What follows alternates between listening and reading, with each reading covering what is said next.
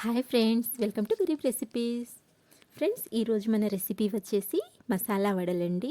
సింపుల్గా చాలా ఈజీగా ప్రిపేర్ చేసుకోవచ్చు. చాలా టేస్టీగా ఉంటాయి. పిల్లలకు ఈవినింగ్ స్నాక్ లాగా చేసి పెట్టారంటే చాలా ఇష్టంగా తింటారు. ముఖ్యంగా ఈ వర్షాకాలంలో అయితే వేడివేడిగా చేసి సర్వ్ చేశారంటే చాలా చాలా బాగుంటాయండి. తప్పకుండా ట్రై చేయండి.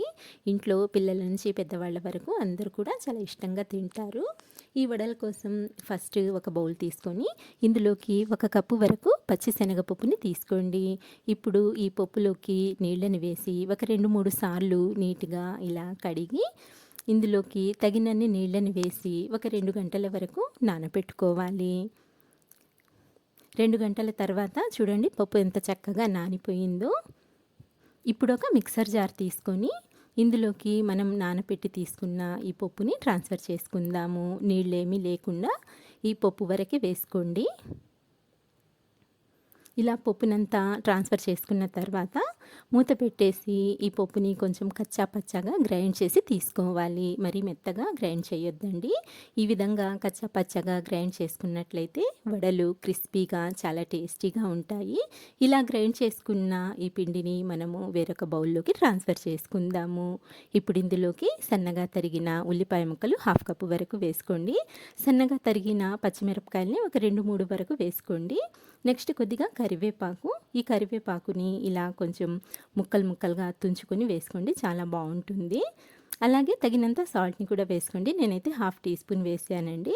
అలాగే 1 టీ స్పూన్ వరకు ఫ్రెష్ అల్లం వెల్లుల్లి పేస్ట్ని కూడా వేసి ఇప్పుడు ఇవన్నీ బాగా కలిసేలా చక్కగా మిక్స్ చేసేయండి.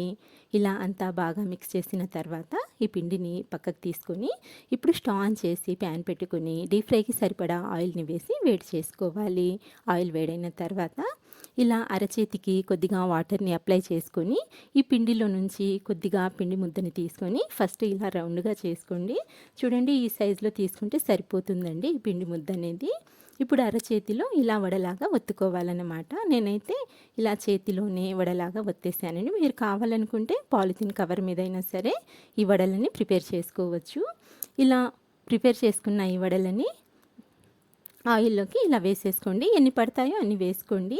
గ్యాస్ని అయితే మీడియం ఫ్లేమ్లోకి అడ్జస్ట్ చేసుకోండి. ఇలా మనము వడలు ఆయిల్లో వేసుకున్న తర్వాత ఒక 2-3 నిమిషాలు ఒకవైపు వేగిన తర్వాత ఇంకొక వైపుకి టర్న్ చేసుకోవాలి. ఇదే విధంగా 2 వైపుల నుంచి మంచి గోల్డెన్ కలర్ వచ్చేంత వరకు ఈ వడలని ఫ్రై చేసుకోవాలి. ఇక్కడ చూస్తున్నారు కదండి, ఇలా అన్నమాట. మరీ ఎక్కువగా ఫ్రై చేసేయొద్దు, అంత టేస్టీగా ఉండవండి. ఇలా గోల్డెన్ కలర్లోకి ఫ్రై చేసేసి ప్లేట్లోకి తీసేయండి, సరిపోతుంది. అంతేనండి. చూసారు కదా ఎంత సింపుల్గా ఈ టేస్టీ వడలని ప్రిపేర్ చేసుకోవచ్చు. మీరు కూడా తప్పకుండా ట్రై చేయండి. ఫ్రెండ్స్, వీడియో నచ్చినట్లయితే లైక్ చేయండి, షేర్ చేయండి. అలాగే మా గరీబ్ రెసిపీస్ని సబ్స్క్రైబ్ చేసుకోండి. Thank you for watching.